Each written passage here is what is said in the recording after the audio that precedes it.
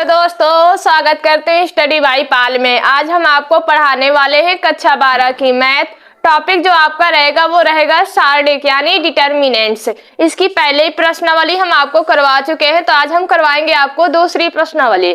तो इसका पहले हम बेसिक जानेंगे, उसके बाद हम प्रश्नावली स्टार्ट करेंगे। जो बच्चे हमारे प्ले लिस्ट में जाकर देख सकते हैं, जो बच्चे देखे नहीं हुए पहली प्रश्नावली, वो वहां जाकर देख सकते हैं। और एक साथ साथ हम बताएंगे कि हमारे ये वीडियो के डिस्क्रिप्शन में आपको टेलीग्राम का लिंक और साथ साथ व्हाट्सएप का लिंक दिया गया है। आप वहां से ज्वाइन कर सकते हैं, जिससे आपको नई नई वीडियो साथ ही साथ आपको पीडीएफ और कंटेंट पढ़ने के लिए मिलते रहे। तो शुरू करते हैं प्रश्नावली। पहली प्रश्नावली है आपकी, ये पहला क्वेश्चन है दूसरी प्रश्नावली का।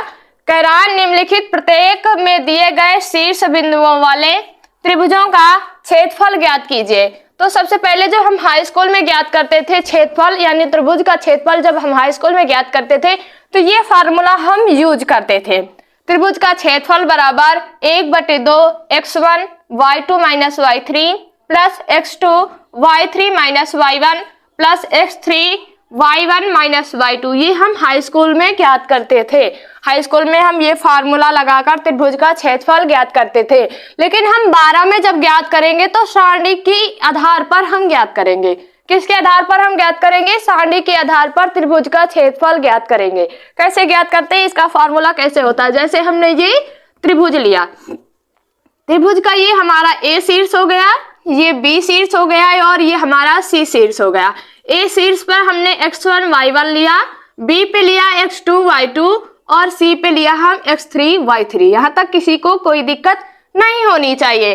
जो सारणी के आधार पर हम त्रिभुज का क्षेत्रफल ज्ञात करेंगे उसका फॉर्मूला ये है 1/2 x1 y1 1 x2 y2 1 x3 y3 1। ये आपको लर्न कर लेना है, क्योंकि अगर आपको ये फॉर्मूला ही लर्न नहीं होगा तो आप कोई भी सवाल नहीं कर सकते, आप इससे रिलेटेड सवाल नहीं कर सकते। तो आपको जो सारणी के आधार पर त्रिभुज का क्षेत्रफल ज्ञात करना है 1/2 सारणी का चिन्ह रहेगा x1 x2 x3 y1 y2 y3 और लास्ट में 1 1 1। ये आपका सारणी द्वारा त्रिभुज का क्षेत्रफल ज्ञात करने का फॉर्मूला है। अब इसी बेस पे हम पूरे सवाल आपको करके दिखाएंगे, एकदम बेसिक से और सरल तरीका से करते हैं। तो सबसे पहले हम जो ये हाई स्कूल का फॉर्मूला आपको एक बार लर्न करने के लिए लिखा है, इसको इरेज करेंगे। उसके बाद हम आपको ये सवाल, और सवाल जो हमारा दिया गया है 1 0 6 0 4 3, ये हमारे 3 शीर्ष है। ये हमारा ए शीर्ष है और ये हमारा बी शीर्ष है और ये हमारा सी शीर्ष है। एक को हम क्या मानेंगे? आपने कहा मैम इसको हम x1 मानेंगे, 0 को हम y1 मानेंगे, 6 को हम x2 मानेंगे और 0 को हम y2 मानेंगे और 4 को हम मानेंगे आपका x3 और 3 को मानेंगे y3। ऐसे आपको वैल्यू रख लेना ताकि आपको समझने में कोई भी दिक्कत ना हो। तो आपको ये वैल्यू में ऐसे आपको पुट कर लेना। अब हम ये फार्मूला के लगा के ये सॉल्व करेंगे। ओके बच्चों, तो इसको फार्मूला लगाते हैं 1/2 x1 है, x1 को हमने यहाँ लिखकर क्या माना है? 1। आपने कहा 1 माना है। फिर क्या है? x2 को हमने लिखकर यहाँ जो शीर्ष यानी बिंदु दिए गए थे उसको हमने क्या माना है? 6। फिर है x3 में जो हम ये सी शीर्ष पर ये बिंदु लिखा था 4, इसको हम माने थे x3। अब y1 ऐसे ही रख लेते हैं 0 0 और आपका 3, लास्ट में तीनों में 1 1 है, हम रखते हैं 1 1 1। यहाँ तक किसी को कोई दिक्कत? आपने कहा नहीं मैम, यहाँ तक हमको आपको समझ में आ गया कि कैसे क्या करना है। अब इसके आगे हम करते हैं 1/2 और देखो हम लिख सकते हैं R1 के सापेक्ष विस्तार करने पर,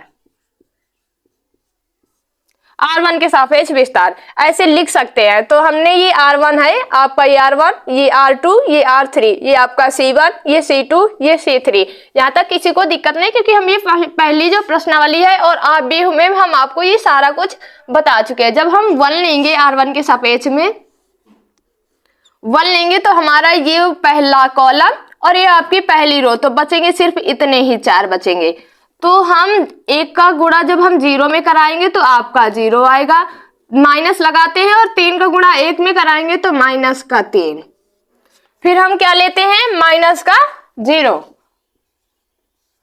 माइनस का 0 लेंगे तो 0 के पूरा ये कॉलम जाएगा, ऊपर की पूरी रो जाएगी, तो बचेगा क्या 6 4 1 1। तो 6 का गुणा जब हम 1 में कराएंगे तो आएगा 6, माइनस लगाएंगे 4 का गुणा 1 में कराएंगे तो आएगा आपका 4। फिर हम लेंगे प्लस का 1, प्लस का 1 हम जब लेंगे तो प्लस का 1 के नीचे जो पूरी ये कॉलम है ये पूरा जाएगा और ऊपर की पूरी रो जाएगी, तो बचेगा क्या 6 0 4 3। तो 3 का गुणा हम 6 में कराएंगे तो 6 त्रिक 18 आपका आएगा, माइनस का चिन्ह लगाएंगे और 4 का गुणा 0 में कराएंगे तो आपका आएगा 0। यहाँ तक किसी को कोई दिक्कत नहीं होनी चाहिए। फिर हम इसके नेक्स्ट करते हैं, नेक्स्ट लाइन 1/2 1 गुणे माइनस का 3 आएगा, माइनस का 0 में करेंगे तो पूरा ये 0 ही आ जाएगा। फिर प्लस का लेंगे 1 और इसका गुणा 18 का करेंगे। यहाँ तक किसी को कोई दिक्कत नहीं होनी चाहिए। फिर से करते हैं 1/2 माइनस का 3 और प्लस का 18, इतना आ गया।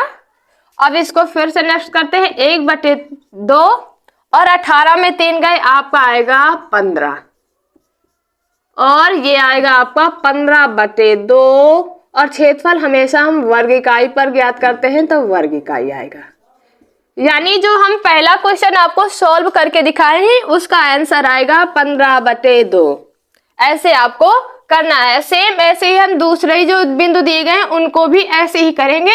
तो चलते करते हैं। अब हम दूसरा क्वेश्चन करेंगे।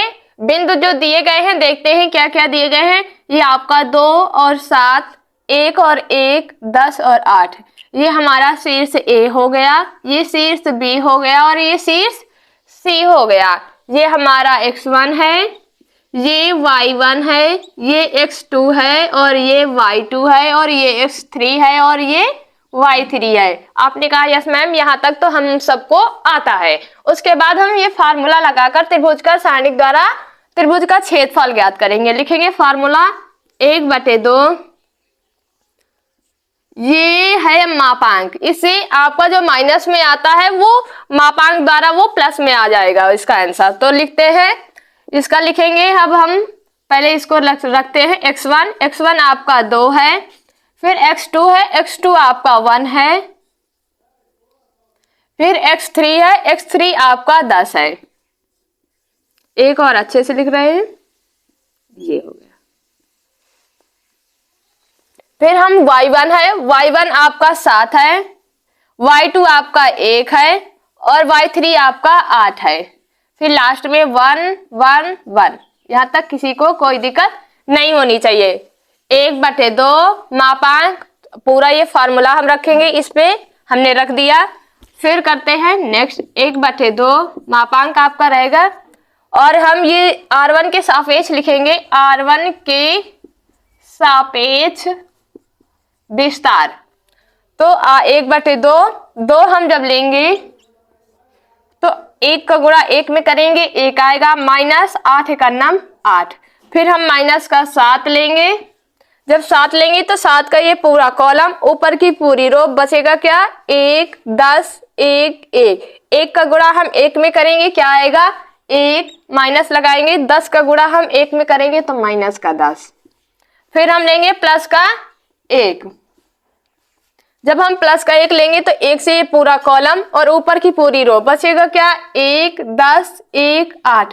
8 का गुणा 1 में करेंगे, 8 करना 8, माइनस का चिन्ह लगाएंगे, 10 का गुणा 1 में करेंगे तो 10 करना 10। ये हो गया मापांक। यहाँ तक किसी को कोई दिक्कत नहीं होनी चाहिए।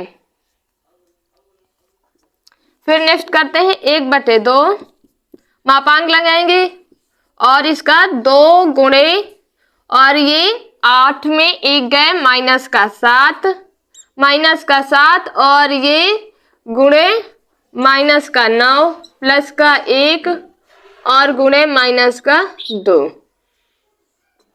ये आ गया। इसको फिर से करते हैं 1/2, 7 दुनाई 14 माइनस का, इसको अच्छे से लिख रहे हैं, 7 दुनाई 14 माइनस का और माइनस माइनस प्लस 9 7 63 और माइनस का 2। फिर करेंगे 1/2 और 14 और 2 कितना हो जाएगा, आपने कहा है 14 और माइनस माइनस को जोड़ेंगे तो कितना हो जाएगा, माइनस का 16 प्लस का 63। फिर एक बार करते हैं, 1/2 और 63 में 16 गए, आपका आएगा 47। और इसका जो आंसर आएगा कितना आएगा, 47/2 वर्ग इकाई। यानी जो हमने दूसरे बिंदुओं द्वारा, ये दूसरे क्वेश्चन के जो बिंदु दिए गए थे उनके द्वारा जो हम सारणिक द्वारा त्रिभुज का क्षेत्रफल ज्ञात किए वो आया आपका 47/2 वर्ग इकाई। ऐसे ही हम तीसरा क्वेश्चन करेंगे। अब हम तीसरा क्वेश्चन करेंगे, जैसे हम आपको 2 करके दिखा चुके हैं तो सेम तीसरा भी करते हैं। तीसरा क्या दिया है, 3 बिंदु दिए गए हैं, यानी 3 शीर्ष दिए गए हैं। 3 शीर्षों के बिंदुओं के नाम है, ये आपका ए शीर्ष है, ये आपका बी शीर्ष है, ये आपका सी शीर्ष है। इसमें आपका ये -2 है x1, इसको मानेंगे हम y1, इसको मानेंगे हम x2, इसको मानेंगे y2 और इसको हम मानेंगे x3 और इसको y3। वैसे ही यही फार्मूले पे हम रखकर पूरा सॉल्व करेंगे। तो फार्मूला रखते हैं 1/2 मापांक, ये आपका सारणिक का चिन्ह x1 है, x1 में आपका -2 और x2 में आपका 3, x3 में आपका -1। फिर y1 है, y1 पे आपका -3, y2 पे 2 और y3 पे -8। लास्ट में 1 1 1 तीनों पे हम रख दिए। फिर ये मापांक का चिन्ह लगाएंगे। फिर से करते हैं, r1 के सापेक्ष विस्तार करने पर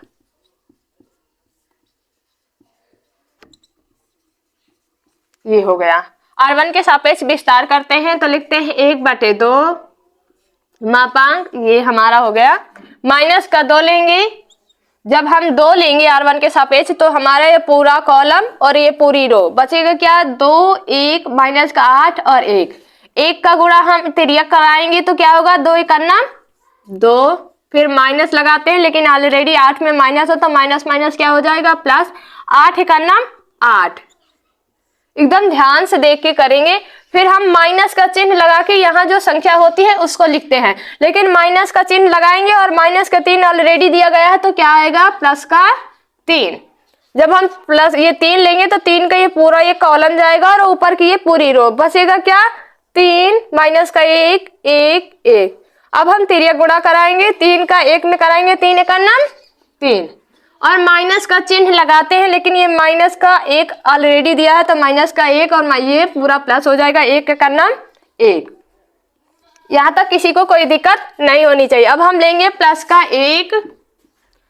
1 लेंगे तो प्लस का 1 का ये पूरा कॉलम आएगा और पूरा ये आपका रो चला जाएगा। तो बचेगा क्या, 3 माइनस का 1 2 और माइनस का 8। 8 का गुणा 3 में करेंगे तो कितना आएगा, माइनस का 24। 8 3 24 और माइनस का चिन्ह लगाएंगे, माइनस माइनस हो जाएगा प्लस, 2 1 2 और ये मापांक का चिन्ह ये।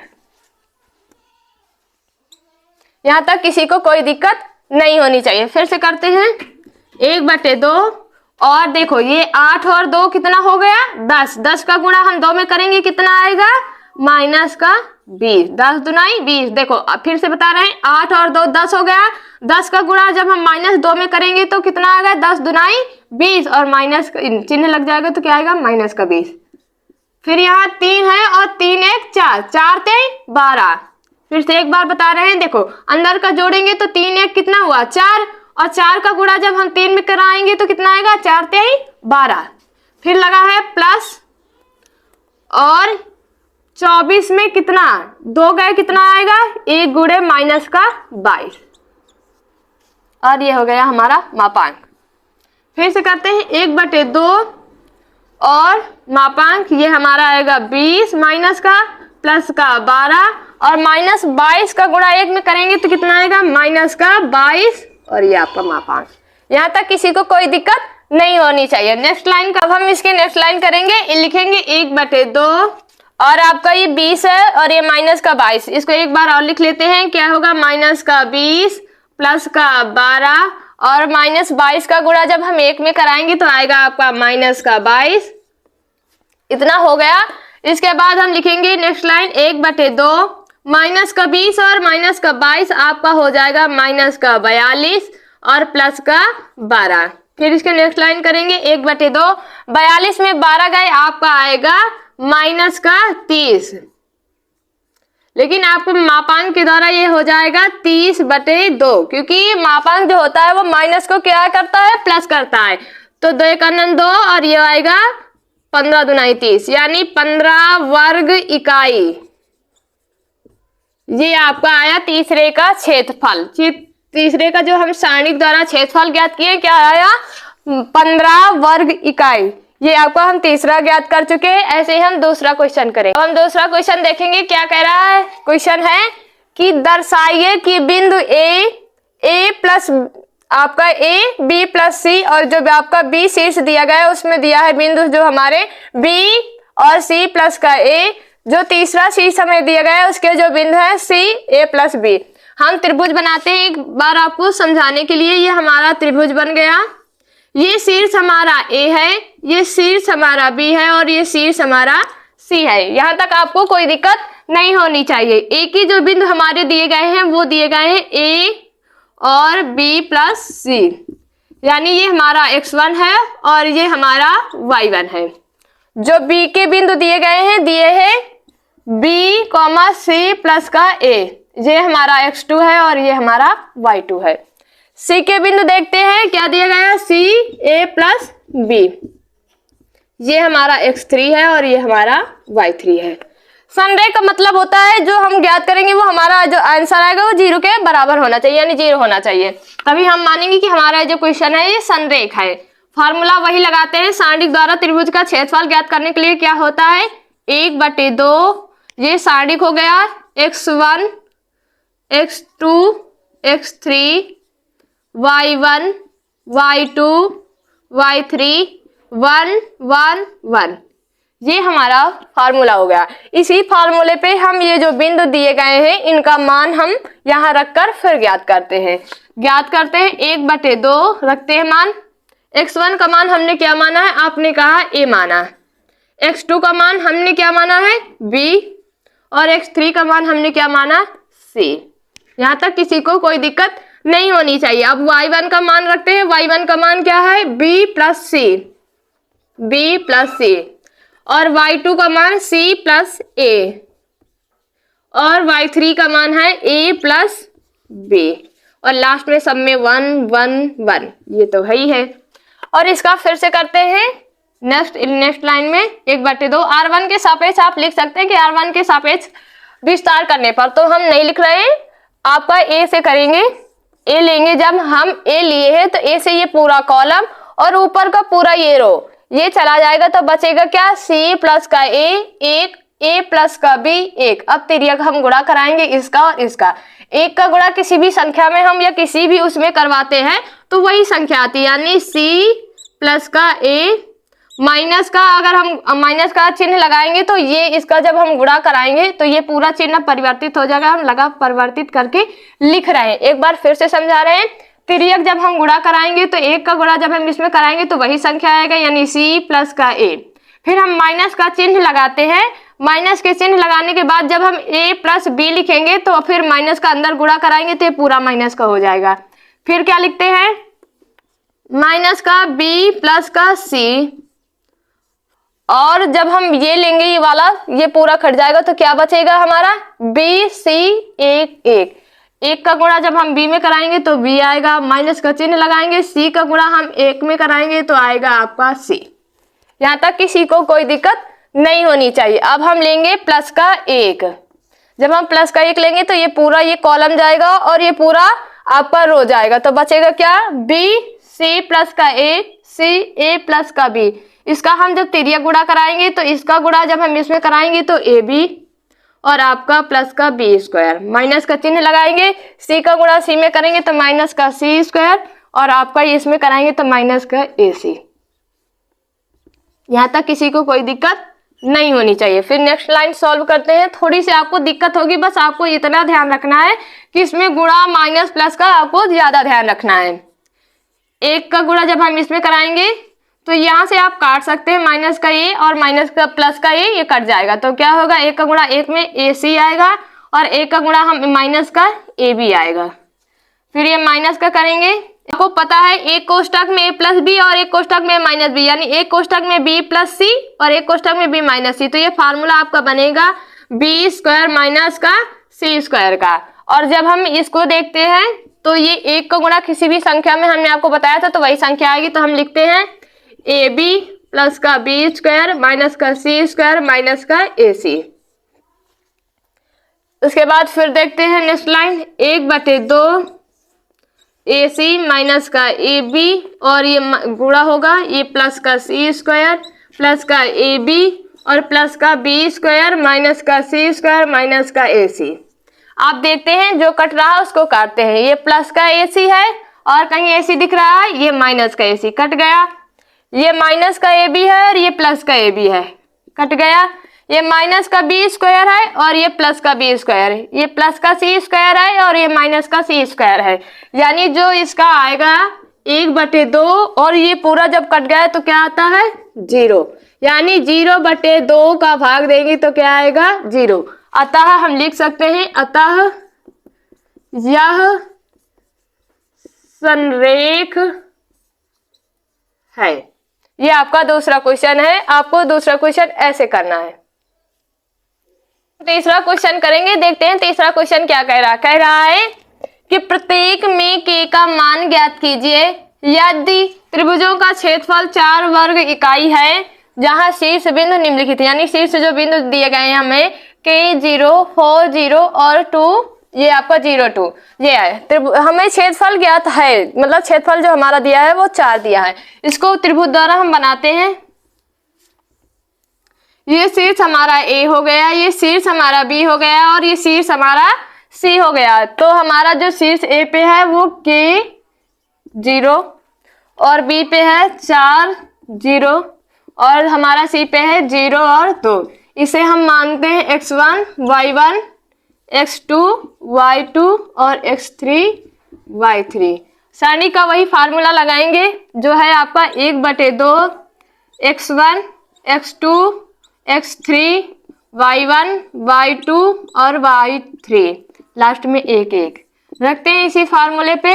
1/2 x1 का मान हमारा कितना है, आपने कहा k और x2 का 4 और x3 का 0, y1 का आपका 0, y2 का भी आपका 0 और y3 का आपका 2, लास्ट में 1 1 1। और हमारा जो क्षेत्रफल है वो 4 है। ये आपको हमेशा रखना है क्योंकि हमें क्षेत्रफल दिया गया है। लिखते हैं 1/2। जब हम k के यानी r1 के सापेक्ष विस्तार करेंगे, जब हम k लेंगे, k लेने पर हमारा ये पूरा कॉलम जाएगा और हमारा ये रो जाएगा। बचेगा क्या 0 1 2 1, गुणा कराएंगे तिर्यक तो आपका 1 का गुणा 0 में कराएंगे 0 आएगा, माइनस का चिन्ह लगाएंगे, 2 का गुणा हम 1 में करेंगे तो आपका माइनस का 2, 0 लेंगे माइनस का, इसका कराएंगे 0। जब हम लेंगे तो 0 का ये पूरा कॉलम ऊपर का पूरा रो बचेगा क्या 4 0 1 1, 1 का गुणा 4 में कराएंगे 4 आएगा, माइनस का चिन्ह लगाएंगे, 0 का गुणा 1 में कराएंगे 0 आएगा। अब हम लेंगे प्लस का 1, जब हम लेंगे 1 से ये पूरा कॉलम ऊपर का पूरा एक रो गया तो बचेगा क्या 4 0 0 2, तिर्यक गुणा कराएंगे 4 2 8 माइनस का 0 बराबर आपका 4। फिर से करते हैं 1/2, इसका हम इसमें कराएंगे तो आएगा कितना माइनस का 2k और इसमें 0 का किसी भी संख्या से हम गुणा कराते हैं वो आता है 0 प्लस 1 8 में 0 गए 8 ही आएगा, 8 का गुणा 1 में कराएंगे 8 ही आएगा बराबर 4। फिर नेक्स्ट करते हैं 1/2 और ये आपका हो जाएगा माइनस का 2k प्लस का 8 बराबर 4। फिर नेक्स्ट करते हैं, देखो इधर ये बटे में 2 है, भाग में यानी 2 है, बराबर के उस पार जाता है तो गुणे में जाता है, तो 2 इधर भाग में है, बराबर के उस पार 4 के पास जाएगा तो कितना जाएगा गुणे में जाएगा, यानी 4 2 8, क्या आएगा 2k प्लस का 8 बराबर 4 2 8। और देखो जब हम मापांक हटाते हैं तो यहाँ प्लस और माइनस का आता है, क्या आता है एक बार फिर से लिख रहे हैं, जब मापांक हटाएंगे तो प्लस माइनस का 8 आएगा, यानी माइनस का 2k प्लस का 8 बराबर प्लस माइनस का 8। यहाँ हम यहाँ ज्ञात कर रहे हैं, एक बार प्लस में लेकर ज्ञात करेंगे, एक बार माइनस में लेकर ज्ञात करेंगे। तो माइनस का 2k प्लस का 8 बराबर प्लस का 8। एक बार हम ये लेके देख रहे हैं, फिर एक बार माइनस में लेके देखेंगे। 2k प्लस का और ये 8 प्लस का उधर जाएगा, क्या आएगा, प्लस का 8 लिखा नहीं जाता तो प्लस का 8 उधर जाएगा, 8 माइनस का 8 यानी माइनस का 2k बराबर 0 और यानी k का जो मान आएगा वो हमारा 0 आएगा, क्योंकि 2 उधर भी जाएगा तो 0 ही आएगा। अब हम ऐसे माइनस का 2k प्लस का 8 बराबर माइनस का 8, माइनस का 2k और ये माइनस का 8 इधर हाई है और ये प्लस का 8 उधर जाएगा, माइनस का 8 यानी माइनस का 2k बराबर माइनस का 16। माइनस से माइनस कट जाएगा तो क्या आएगा, 2k बराबर 16 यानी k की वैल्यू 2 8 16 यानी k का मान जो आया, एक बार 0 आया है और एक बार 8 आया, यानी हमारा जो k की वैल्यू जो आई है वो 0 और 8 आई है। ये आपका आंसर आ गया। अब हम ऐसे ही तीसरे का दूसरा क्वेश्चन करेंगे। पहले इसके हम त्रिभुज बनाते हैं जिसमें आपको शीर्ष और उनके बिंदु को पता चलेगा। ये हमारा ए शीर्ष है, ये बी शीर्ष है और ये सी शीर्ष है। ए शीर्ष पे हमारा है माइनस का 2 0, बी शीर्ष पे है हमारा 0 और 4, सी शीर्ष पे हमारा 0 और k। इसमें हमें k का मान बस ज्ञात करना है। ये हमारा है x1, ये y1, ये x2 और ये y2, ये x3 और ये y3। फार्मूला वही रखेंगे, आपका 1/2 x1 x2 x3 y1 y2 आपका y3, लास्ट में 1 1 1 और ऐसे ही हम करते हैं। इस पे रखकर इसी फार्मूले पे 1/2 x1 का मान हमने क्या माना है, आपने कहा माइनस का 2, x2 का मान हमने 0 लिया है, x3 का मान भी 0 है, y1 का मान 0, y2 का मान 4, y3 का मान k और लास्ट में 1 1 1 और ये हमारा मापांक लग गया। बराबर हमारा क्षेत्रफल जो है वो 4 दिया गया, हमने 4 रख दिया। यहाँ तक किसी को कोई दिक्कत नहीं होनी चाहिए। फिर से करते हैं, 1/2 r1 के सापेक्ष लिख सकते हैं, r1 के सापेक्ष मापांक मतलब विस्तार करने पर माइनस का 2 लेंगे हम। जब हम 2 लेंगे तो ये पूरा हमारा ये कॉलम जाएगा, ऊपर का पूरा रो जाएगा, बचेगा क्या, 4 1 k 1। तिरिया गुणा कराएंगे, 4 में 1 का गुणा कराएंगे 4 आएगा, k का 1 में गुणा कराएंगे तो माइनस का k, क्योंकि हम माइनस का बीच में चिन्ह लगाते हैं। फिर माइनस का 0 लेंगे, जब 0 से लेंगे तो 0 वाला पूरा कॉलम और ऊपर का पूरा रो जाएगा तो क्या बचेगा, 0 0 1 1। तो 1 का गुणा 0 में कराएंगे 0 और 0 को गुणा 1 में कराएंगे तब भी 0। प्लस का 1 लेंगे हम, जब हम 1 लेंगे तो ये पूरा कॉलम जाएगा और ऊपर की ये पूरी रो जाएगी तो बचेगा क्या, 0 4 0 k। इसका मान भी 0 - 0 बराबर 4। एक बार फिर से करते हैं इसको, 1/2 इसका गुणा जब हम इसके अंदर कराएंगे तो 4 दूनी 8 और इसका कराएंगे तो माइनस माइनस प्लस 2k। इसका पूरे का क्या मान आएगा, 0 बराबर 4, क्योंकि किसी भी संख्या में 0 का क्या हो जाएगा 0 और इसका भी 0 का 1 में कराएंगे तो 0, तो हमारा सिर्फ इतना ही बचेगा। तो ये हमारा हो गया। फिर नेक्स्ट लाइन हम करते हैं यहाँ से 1/2 और ये इधर हमारा ये 2 1/2 है, उधर जाएगा हमारा कितने में आएगा, भाग गुणे में आएगा। इधर भाग में है, उधर जाएगा गुणे में, यानी माइनस का 8 प्लस का 2k बराबर 4 दूनी 8। ये प्लस माइनस का हमारा 8 आएगा, क्योंकि मापांक हटाएंगे तो प्लस माइनस का 8। एक बार फिर से समझते हैं, 1/2 इधर ये 2 किस में है, भाग में, बराबर किस पर जाएगा, गुणे में, यानी 2 का गुणा हम 4 में कराएंगे कितना आएगा, 8 आएगा और माइनस का 8 प्लस का 2k वैसे ही, और मापांक हटाने पर हमारा प्लस और माइनस आएगा। एक बार इसकी जो वैल्यू आएगी हम प्लस में रख कर देखेंगे, एक बार माइनस पे रख के देखते हैं। तो हमने ये लगाया, इधर हम प्लस का लगाएंगे, इधर हम माइनस का देखते हैं। माइनस का 8k प्लस का 2k और ये 8 प्लस में एक बार ले रहे हैं, इधर हम माइनस में, माइनस का 8 प्लस का 2k और बराबर माइनस का 8। ये रखेंगे हम 2k बराबर 8, ये माइनस का उधर जाएगा प्लस का, यानी 2k बराबर हमारा 16, k बराबर हमारा आएगा 2 8 16, यानी के का मान जो आया 8। अब इधर रखेंगे 2k बराबर, ये माइनस का 8 है, ये वाला उधर जाएगा बराबर के, तो किस में आएगा प्लस का 8, यानी 2k बराबर हमारा 0, यानी k बराबर हमारा 0। यानी जो हमें k की वैल्यू जो प्राप्त हुई है, कितनी प्राप्त हुई है, 0 और 8, ये हमारा आंसर आया। ऐसे हम तीसरे का दूसरा क्वेश्चन किए हैं।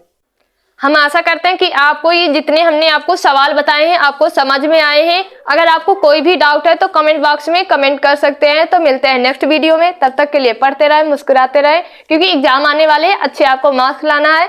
तो धन्यवाद, पढ़ते रहें।